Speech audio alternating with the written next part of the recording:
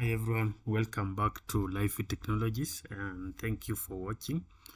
So today we are continuing with our Huawei lab simulation series, and in today's episode we'll be doing a quick lab on how to implement router on stick on Huawei routing and switching devices.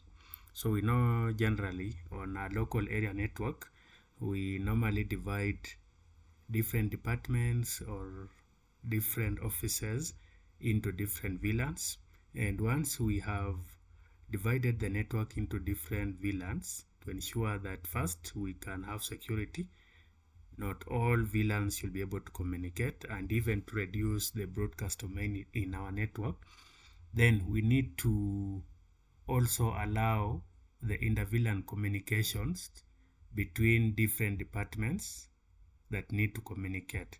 So sometimes you have, for example, in our topology, as you can see, we may need to have PC1 communicate with PC4. That is, they're in the same VLAN. So in that case, they will be able to communicate without even router 1.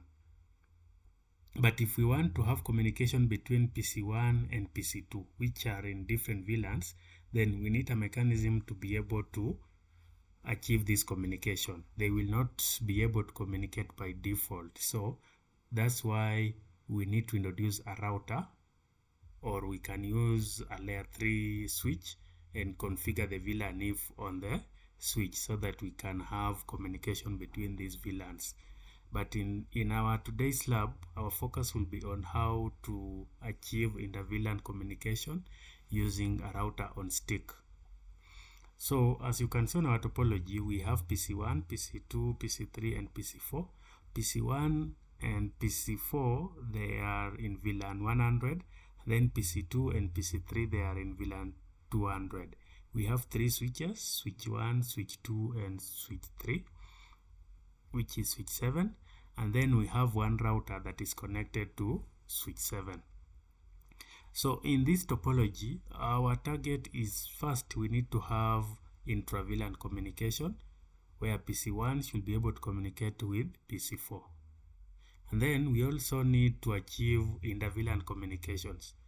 The PCs in VLAN 100 should be able to communicate with PCs in VLAN 200. And we'll be using the router on stick to achieve this objective.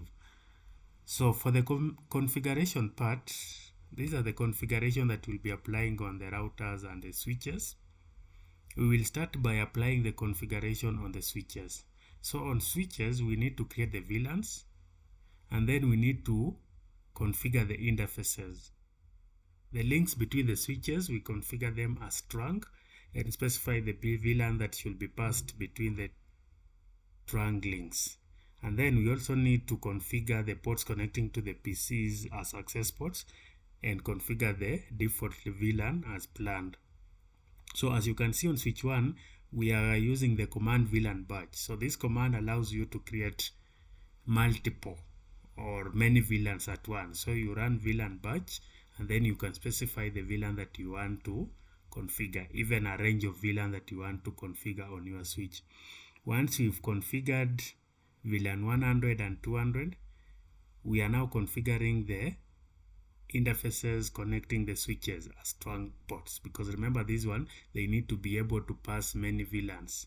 So that's why we are configuring them as trunk links.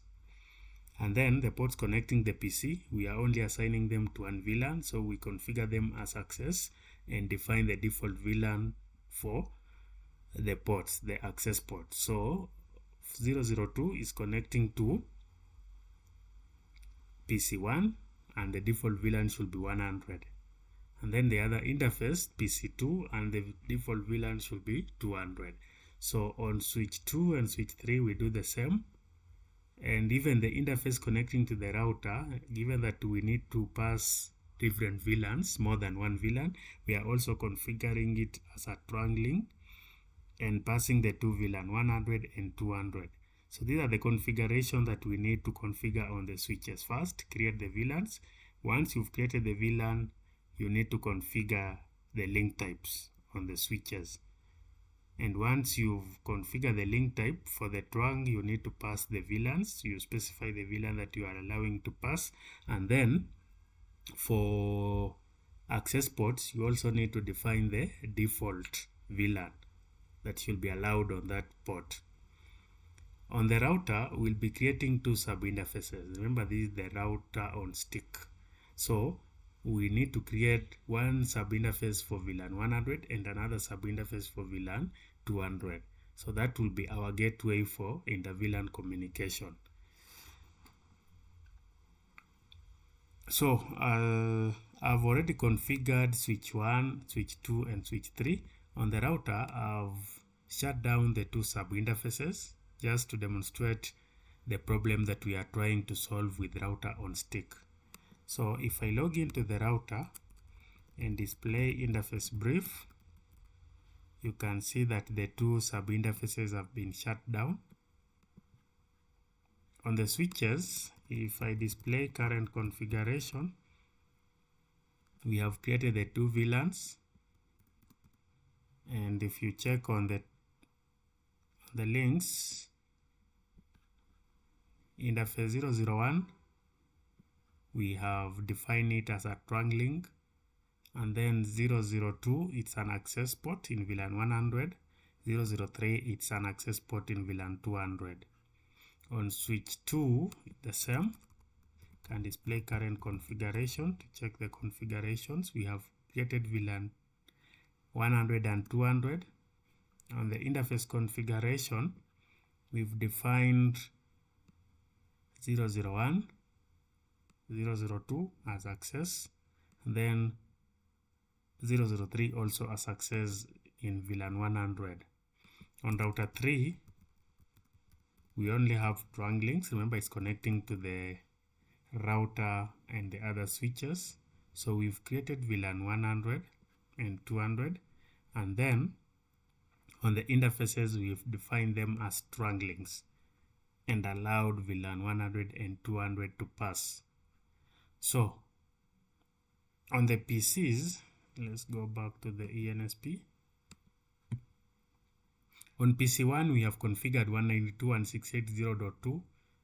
PC2, the IP is 192.168.1.2, and then 192.168.1.3 for PC3 and 192.168.0.3 for PC4. So without router on stick, we can ping, this is 100, so we can try to ping VLAN 100 that is connecting to switch 2. So it's 192.168.0.3. We are able to ping from PC1 to PC4. Similarly, on PC2, we should be able to ping, if we ping 192.168.1.3, we are able to ping. So intra-VLAN communication is very okay in this setup. But if we try from PC1, we want to ping 192.168.1.3, you realize that we are not able to ping. The destination is not reachable because we haven't implemented inter-VLAN routing. So that is the goal of this lab, is to demonstrate how we can achieve inter-VLAN routing using the router on stick.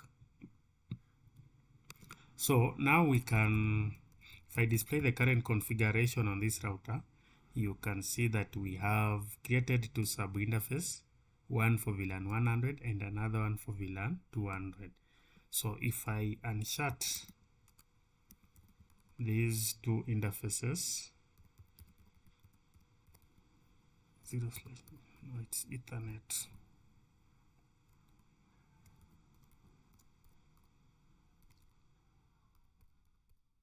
At 100, I will undo shutdown.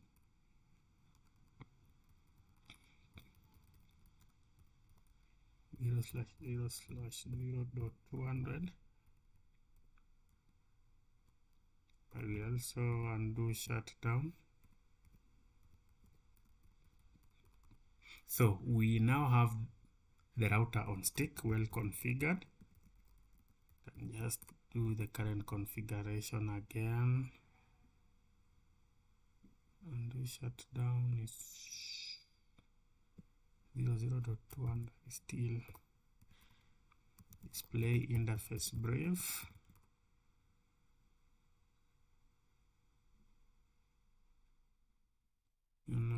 It's interface Ethernet .200.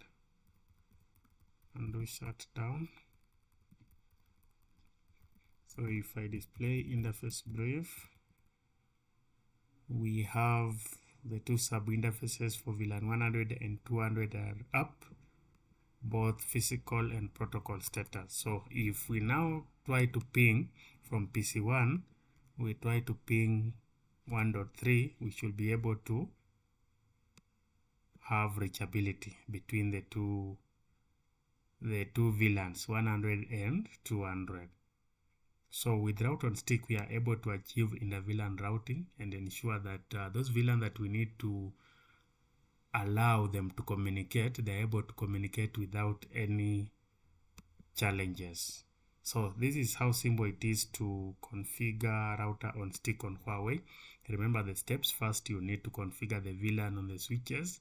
And once you've configured the VLAN on the switches, the second step will be to define your link types, your port types. We have a trunk between the switches, and then we have access to the PCs or the servers or the printer. It depends on which kind of device you are connecting to. So once you've defined your link types, either trunk or access, or sometimes even hybrid, it depends with your objective, then you have to configure the gateways on the router. So the router will be the gateway for the 2 or 3 VLAN that you are trying to achieve intercommunication. So thank you for watching, and please remember to like, comment, and subscribe to our channel, and stay tuned for more upcoming videos on Huawei simulations and even IP run. Thank you.